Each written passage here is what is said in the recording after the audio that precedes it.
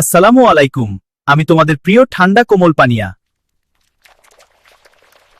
রমজানে ইফতারে তুমি যে ঠান্ডা পানীয়টা খাচ্ছ সেটা কি সত্যিই তৃষ্ণা মেটায়, নাকি তোমার শরীরের ক্ষতি করছে? ইফতারের সময় আমাকে দেখলে সবাই আগে আমাকে ধরো, তাই না? কিন্তু একটা গোপন কথা বলি, আমি ঠান্ডা, ঝাঝালো, মজাদার, কিন্তু আমার ভেতরে আছে অনেক চিনি আর কার্বন ডাই অক্সাইড গ্যাস। সারাদিন রোজার পর যখন তোমার শরীর পানিশূন্য থাকে, তখন আমাকে বেশি খেলে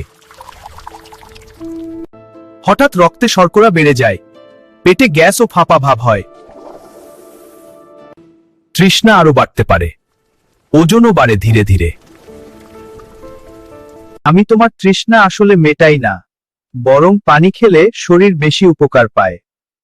তাই আমাকে পুরোবাদ না দিলেও প্রতিদিন বড় গ্লাস না খেয়ে ছোট করে মাঝে মাঝে খাও।